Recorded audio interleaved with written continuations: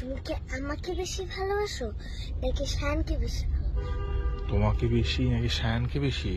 ওরে বাবা, এটা তো পৃথিবীর অন্যতম জটিল প্রশ্ন হয়ে গেল। বলো, জানতে ইচ্ছা তো না, আমি তো সুজানাকেও অনেক ভালোবাসি, আবার শায়ানকেও অনেক ভালোবাসি। না, কাকে একটু বেশি ভালো? একটু বেশি ভালোবাসি এইভাবে তো আসলে হিসাব করা যাবে না মা। আমি সুজানাকেও অনেক অনেক ভালোবাসি, শায়ানকেও অনেক অনেক ভালোবাসি, তোমাদের দুজনকেই অনেক অনেক ভালোবাসি। ও, এবার এবার বুঝছেন?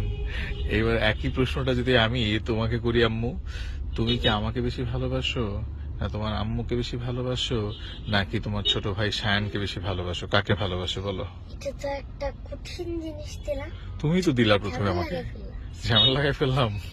আমি তো তোমাকেও বেশি ভালোবাসি, তারপর মাকেও বেশি ভালোবাসি, আর শায়ান তো আমার ভাই, হ্যাঁ। ওরা অনেক ভালোবাসি তোমাদের মতো। আচ্ছা, তাহলে একটু আগে তুমি আমাকে প্রশ্ন করলা, এখন সেম প্রশ্নটাই তো আমি তোমাকে করলাম, যে তুমি কাকে একটু বেশি ভালোবাসো সেটা বলো। কাকে একটু, সবাইকে সমান সমান ভালোবাসি। সবাইকে সমান সমান ভালোবাসো? হুম, আসলে তাই, ফ্যামিলিতে আমরা আসলে একে অপরকে সবসময় সমান সমানই ভালোবাসি। হ্যাঁ। বুঝতে পেরেছেন? ফ্যামিলির মধ্যে আসলে কম্পেয়ার করাটা সম্ভব হয় না। ঠিকই বলছো বাবা।